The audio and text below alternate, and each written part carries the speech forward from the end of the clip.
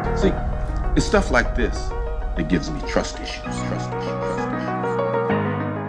Welcome to the Trust Issues Podcast.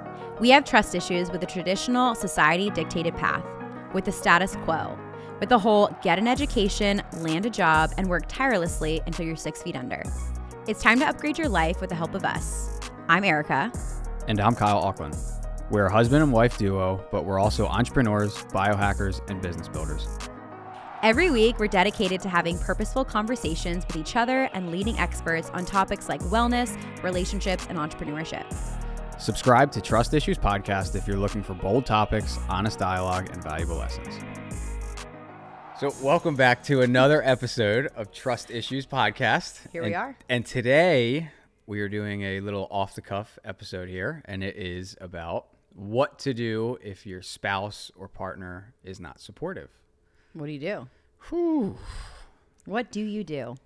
Run away. Episode over. Right to jail. Right to jail. Right to jail. Jail. Let's start at square one with it. If you have a spouse or partner who just really isn't supportive, you need to back it up a little bit, and you have to get to a point where you guys aren't even talking about what business you want to do, what you want to accomplish. You have to bring it back down to square one of like, it's time for us to date each other again. It's time for us to get close again. It's time for us to like kind of have a rebirth moment of our marriage of like. Well, it's like, why don't you support each other in the first place? Exactly. There's a deeper problem here. Yes. I'm not a therapist, but. No. And that is, because we hear it a lot. That's a common theme, especially with line of work with direct sales and stuff. It's, my partner isn't this, my partner. And it's just like, okay, well, if that's been my one piece of advice is like, you have to treat it so serious and like to get your spouse's attention, be like, hey, I really want to talk to you about some stuff. Like, we need to make time for this. Like, that's like the easiest thing you can do. And if they're really not doing that, like if they don't even want to acknowledge that conversation that you want to have, well, then you might be married to the wrong person. Yes. I mean, just saying. I know. And he doesn't want to sit down with you on a conversation. I don't know, girl. It's kind of like, who did you marry? Like, was it always this way? Like, was it, Well, I think also it comes back down to like, have you ever actually sat down and had a conversation about what you both want in life? Exactly. What matters to you? What are your priorities? What do you see your life being in 5-10 years from now? Do you dream together? Do you talk about the future together? Do you talk about goals together? Because if you don't, and you're like come out of left field and you're like, hey, I want to do this thing. Yeah, exactly. Maybe he doesn't get it because you don't actually talk, Yes. And I think that's like the bottom line of like, yeah, like date each other. Like, let's get on the same page about life and what we want. And also, to be fair, this isn't like just about bashing a spouse. This is also like maybe a little. Maybe you no. Just kidding. Maybe you need to look yourself in the mirror. Me? No. I'm just. You can say that. You're pointing at me. I'm pointing this way. No, you were To pointing nothing. straight up at me. No.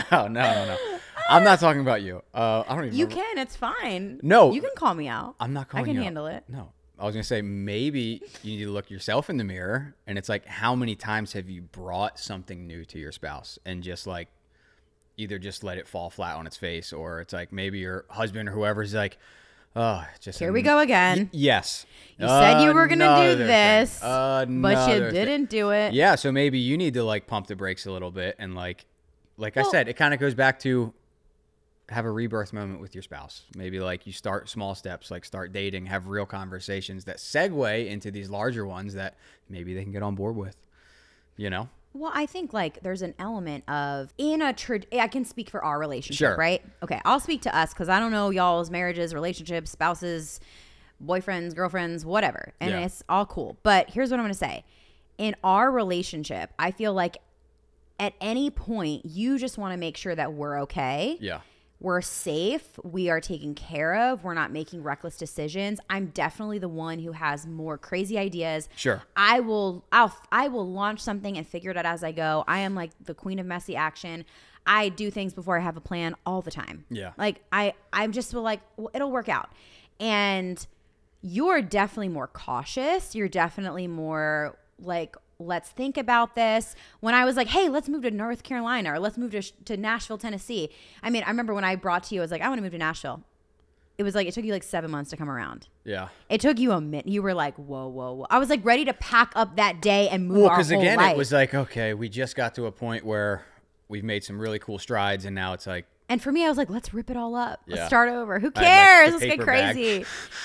You're over there like hyperventilating. I'm like, bro, it is not that serious. Like, who cares? We'll figure it out like we always do. But I get it. No, Yeah. but there's, I think in our relationship, you keep us grounded, and I'm like the crazy fiery. I'm the pusher. I Yeah. push everything all the time. I'm like, we should do Which this, I let's love. try that. We need it. It's a good balance. It's a like, good balance, yeah. and we balance each other, and I'm so grateful for that. But I think that in times where you have like tried to pull me back, it's not in a way of like, I don't want you to do that or I don't support you. It's been like a, hey, let's have a moment to make sure we're on the same page, and like, this is a Exactly. good decision we're making. Yes. And I appreciate that, because there's a lot of times that you've cautioned me and it actually was a terrible decision and I was wrong and you were right. Well, so that's fine. And that's a good piece of advice. If your spouse or partner comes to you, whatever it is, it's like, don't say no right away. Like I don't say no to you. I say, let's lay all the pieces That's out. true. That's very and let's wise. see if it's doable at this very moment, or if we need to shift things around so we have to do it later, or you know what I mean? Like it's never like, no. Like there's never that. It's always Well, like, that's not communication. Exactly. Let's be clear that like communication is not just cutting someone off and being like, no, that's a dumb idea. Like, Yeah. I don't want you to do that, whatever. Yeah. Like you've always been willing to have the conversation of like, well, why do you want to do that? Or what's Yeah. your thought process behind that? And I think that's communication 101 Yeah. is being able to have healthy dialogue, which we have really worked really, really hard to yeah. have Yeah. because there's been years and years before that we had really shitty communication. So Oh. we've had to work really hard for that. Yep. But I think like at the end of the day, if someone's not supporting you, it's like, is it because it's the wrong person in your life? Yeah. Or is it because you're not working actually on the relationship? Yeah. I mean, and then, if it's the first one, that's a tough place to be. It is.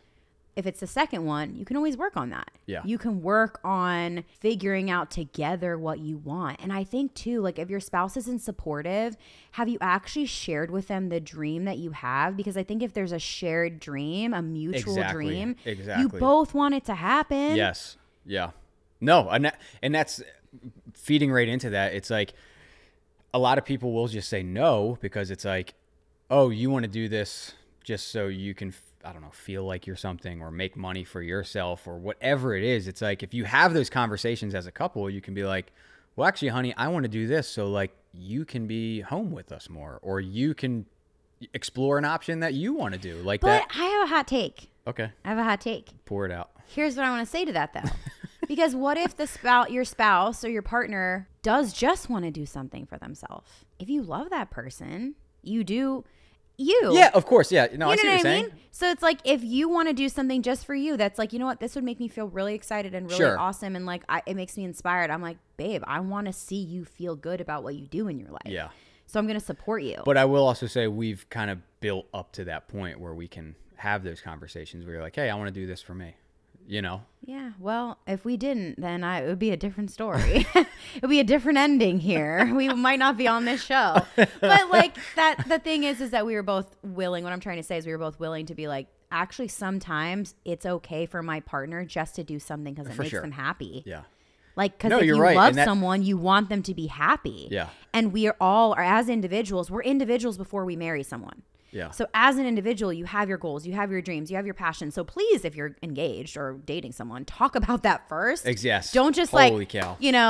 month 3 of marriage, guess what? I'm a totally different person than you thought I was, because I was just like, no, like there needs to be no secrets. But I Yes. think like sometimes you just need to realize that when you're married to someone, for example, this is not necessarily like a dream or a goal or whatever currently that you have, but you are someone who takes your health and your wellness super serious because it's something that makes you very happy. It's something Yeah. that is an outlet for you. It's something that you enjoy to do. Sometimes that could get in the way of my agenda or the things Yeah. that I have on my calendar for the day. It's true. But because it makes you happy, it's a priority. Yeah. And so I'm like, you don't need to give me a reason Yeah. for why you want to do this. You just need to tell me that you need to do it, and I know that it's going to make you happy, and I want to work around that because I Yeah. want to make sure you have that. Because ultimately, if you're married to someone or if you're with someone, you want them to be happy. You want them to be the fully expressed version of themselves. Yeah. And that's true love. True Yeah. love is seeing someone and saying, you are happy in what you're doing. You're pursuing the things that make you lit up, and you feel fully expressed in that. True love is at the end of the day, it's sacrificing for each other. Yeah. That's all it's Every like, day. So that's the other thing. If your spouse is never sacrificing for you. You sacrifice a lot for me. You do. You really have always done that. But you do that a lot. I probably could work on that more. Like we'll have to have this conversation. I could probably do that more. I think like you're really good at that, and it's a thing that you've actually taught me more about. I like doing things for others. The You people do. I love, I like doing things for them. That's definitely I your like innate. giving to them. That's like That's your nature for sure. yeah, that's just part of me. Yeah. I don't know. Well, I mean, I think that's a beautiful thing, and I'm Yeah. grateful for it because I can't imagine if it was the other way, And I think that's, again, like choosing who you marry is the most important decision of your life, I believe. Yeah. It really is. I think about so many hard things we have gone through and the thing is, too, is that let's back it up for a second because there's times where I've made decisions that you have supported because you wanted to support me, because you wanted to see me happy, because Yeah. you were in that moment you're really acting out of sacrificial love. Yeah. Okay, babe, you got this, whatever. And it ended up not being like the best decision. Yeah. Ended up actually being a poor decision. Yeah. And there's been a lot of moments when I've done that. And you've never held that over my head. No. Never. We've definitely adjusted. Now it comes like Sure, but I just want to say that like that's a huge element of a successful relationship. It's like you have to be able to let the person you're with fail sometimes. no, it's so true. You have to. Yeah, you do. And like be there to be like, hey, we're in this together. Like you failed. Like hopefully if I fail next, like you're going to have my back. Like that's a successful relationship. Yeah. Because it is, I mean, I guess speaking directly to marriage, I don't know. I'm not even speaking to people who are dating or single. It's like, Sure. if you're married, it's like you're in the same boat together. It's like, Till death to us part. you got to have each other's backs. It's like, and in that marriage, you each have to, chase your, I don't know, your passion, or if you want to do something, like you said, allowing them to fail. It's like, you can't just like be super safe and sit there together forever. It's like, you got to try things, you got to go after. It's like, there's seasons where you go after something, and then there's a season where I do something. It's like, Right. that's, it's like, there's a balance, but we always have the communication around it. Yeah. Yeah. Well, I think you have taught me so much about sacrificing for others or those that you love. And then I think I'm definitely in that role of I've probably, and maybe you can speak to this, but I've taught you more about like pushing and like getting out of your comfort zone. Yeah, absolutely. No, and I come from, everything's very safe. You stay in the bubble, like, be smart, save, that type of thing. And it's Frugal. like, yeah. Conservative. And there's nothing wrong with that, but you really opened me up and stretched me to like what's possible. So like, that's why I said you being a pusher, I don't ever hold that against you. Like you're the driving force with it. Like that's, how you want to go after a crazy idea. It's like, okay, let's see if we can do this. Like, let's try and map it out. It's like, it keeps it going. So whenever you come up with something, I'm usually always on board. Even our podcast. We're like, yeah, let's do it. Okay. We're here. Yeah. We're recording. Give us the tea. What has been a decision or something that I like pushed that you were like the most skeptical about? If you have an example. Something that you were like, dude, are you crazy? The craziest thing, it hasn't even been businesses. It's been the moving. That's been probably and obviously it was always for the best, but like, I think that's the thing that always was like, like new city, new people, like, it's like, man, you got to really expand yourself when you jump into a new city. That's just how you have to be. So I think the biggest one was Charlotte to Nashville. It was like, okay. Cause for some reason, 2018, we moved from Charlotte to Nashville. But I just felt like, okay, like we don't have the exact circle we want in Charlotte yet, but like we can get it, but then you were like, I want to go to Nashville. And it was like, oh man, like that was like, oh, this is big. This is a whole nother move. This is a whole nother, so I think that was the biggest one, but it paid off. It's like, now we have our home here in Tennessee and our life here in Tennessee, and we love it, You trusted me. I was like, we got to do it. I just knew it. I just knew it. Okay. So let's kind of getting into it a little bit for some help here, like some tangibles we can give. I would say if you have an unsupportive spouse and you're not sure how to handle it, you have to, and I mean like an unsupportive spouse who's like never wants to hear any idea, doesn't, and you want to be with this person, if that's the route you're going to go, you're in this together. It's like you need to start very small. So like keep it all positive and love, and start with like, hey, honey, let's do like maybe one day a week, me and you just go do something new. Like start literally so small. Don't even bring up an idea or what you're ready to go after or to see if they'd be supportive. Like start with like, and I said this earlier, like treat it just like you're working on your relationship together again. Like date your spouse again. Create a new relationship together where it's like you start to open up with them with like, I love you for these reasons, and then they can kind of reciprocate that. And that those like small steps of like showing someone you love someone. What's an investment in the relationship? Exactly. That can slowly builds trust, blossom into bigger things. And then if you do that for a couple months and you have this newer relationship with your spouse where you are more open, you're having more fun, you're having better conversations, all of it, it's going to be much easier to like be like, hey, I have been kind of working on this thing, like, or whatever it is, it's like, that is, I feel like that is such a better route to get someone supportive. And that's going to take work. Like you're going to have to put in work to like, regrow that relationship with your spouse. Well, thank God you have that much patience. No, but that's because I think that for me, my initial reaction was like, bye. Like, listen. No, but you're right. You're right. I'm not saying saying you're wrong. Bye is easy though. I know, you're so right. And Yeah. I'm owning that. Like, I think my energy is always just like, bro, you don't support me. Like, but obviously not in our relationship. Yeah. But I can't imagine. I guess I'm just like, I can't even imagine if someone's like, oh, of course, do what you want to do. But like, I understand there's people listening right now who literally are in that. And they're in the thick of that. There's also a lot of people who. So you're giving good advice for the record. This is good advice. I'm listening. I'm writing notes right now. Keep going. Listen, there's a lot of people who get married young. Yeah, They true. don't even know who they are yet. Like they don't even really know their passions yet. It isn't until like honestly, like your late 20s or even your early 30s that you're kind of like, what do I want? I do like this thing. I want to go after.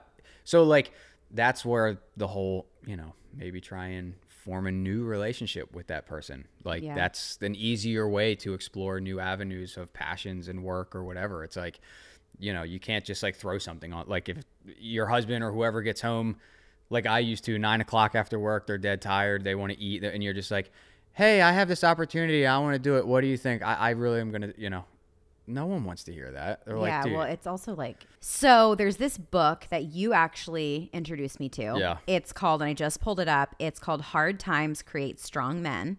It's by Stephan Aarnio. Unfortunately, he's recently passed, but he is an incredible mind around the whole feminine and masculine energies. Yeah.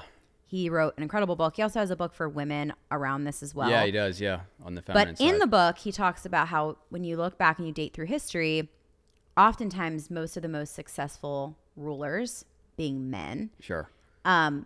kings, emperors, fill in the blank, most of them were really navigated behind the scenes by their queen, Yeah. by the female that was in their life. Yeah. And he documents about the influence that, let's say, in a king and queen role, that the queen would have behind the scenes. Yeah. And so often the king being this figurehead, having an insecurity about a decision going into war or doing something in their kingdom. I don't know, whatever kingdoms do, right? Yeah.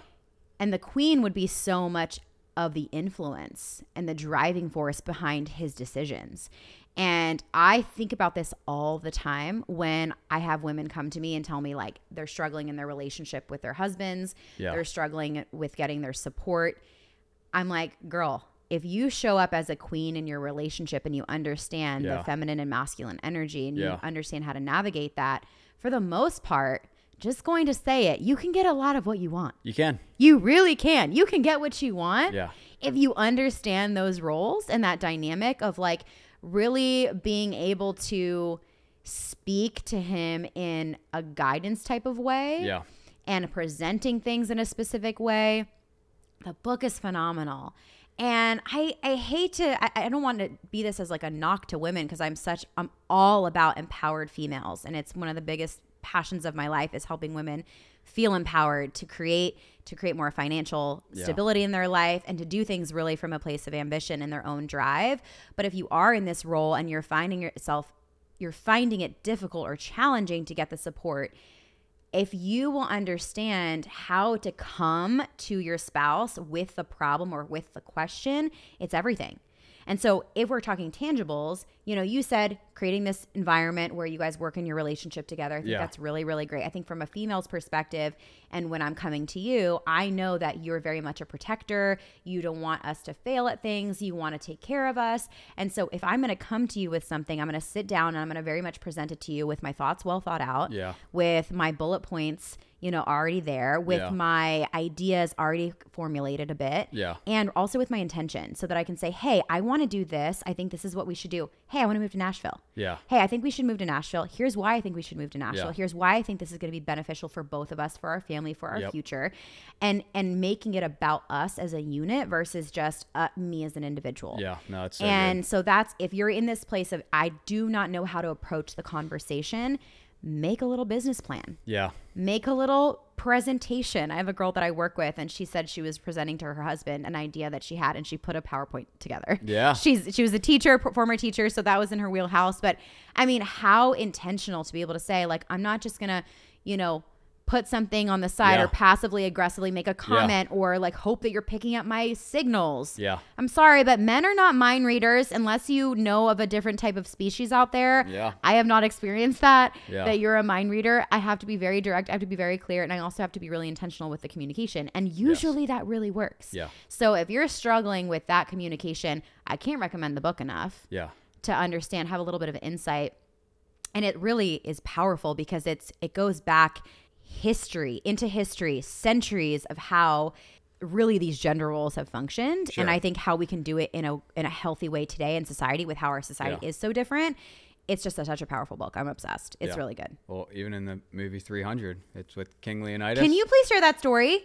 What? The whole story about the 300? Oh yeah. That is so good. There's actually 2 points I was going to make there with 300. The first one was, it's like King Leonidas eventually went into battle because of the communication he had with his queen. Like, and even I think even I could be wrong, but even in the movie when he like kicks that guy into the pit, he literally like looks at his wife and his wife nods like, this is what we have to do. Wow. And like he, that's how it starts. Chills. Well, it's like spine. Women, we are powerful. All those times, it's like everyone was scheming in their own ways. It's like the only one someone like a king could trust with his queen, because that's the only one who's like in his corner. Wow. But then also, I guess the other point, it was, I forget what book it is in. Also, I can pull it up. I have it upstairs on my nightstand. But it might be the same book. No, it's not. No? Okay. It's actually different. But King Leonidas, they selected the 300 based on the women. So basically the moms and the spouses, like the men were basically chosen who was going to go into this battle, because they knew like we're all going to die. They knew that it was a suicide mission. It was a suicide mission to protect, obviously, their stronghold. And it was like, they chose the men based off the mothers and the wives. He was like, these are the women who are the strongest women in our community, and they're going to be okay if they lose their husband or their son in this battle. So like, he was like, these are the people who are... They will carry our society forward. Yes. They'll carry our... So that's why we're choosing these men. It's like, so if that... It wasn't about the strongest men. No, it was about the strongest women. Who's going to be left behind to, tend to the community. And I love that for us. Yeah. I forgot about that part of it. It's so powerful. It is. It's so cool. Kind of to close out this conversation, I would say best thing you can do with your spouse is start small, right? Start small and patience, I guess. Patience, and it's a dance. It's going to be a dance, and it might take some time. Okay. And also, I will say this, if there is something you're wanting to go after and you bring it to someone who's, has a track record of not being 100% supportive, but maybe you go forward with it, you better stick to what you say you're going to do. Have a track record or follow through. You better stick to it, and you better show that person you're with, I'm serious. Like, I will accomplish these things, and you better not just like flake out and quit after something doesn't go your way, because guess what? You're going to shatter the entire castle that you just started building with your husband or whoever it is, Well, it's trust. Yes. It's all trust, right? Yeah. And I think without trust issues. We all have trust issues. See what we did there?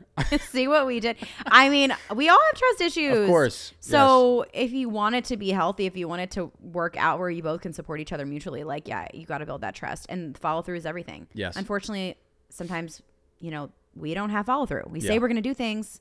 If we don't do them, who can you blame? Yes. But yourself. Yep. That's powerful. So good. Well, thank you guys so much for listening to this episode of Trust Issues Podcast. If you want to enter the conversation, you can come over to Instagram at Trust Issues Podcast. And don't forget to subscribe. You can subscribe on Spotify, iTunes, or YouTube, or wherever you listen to podcasts. We'll see you guys next time.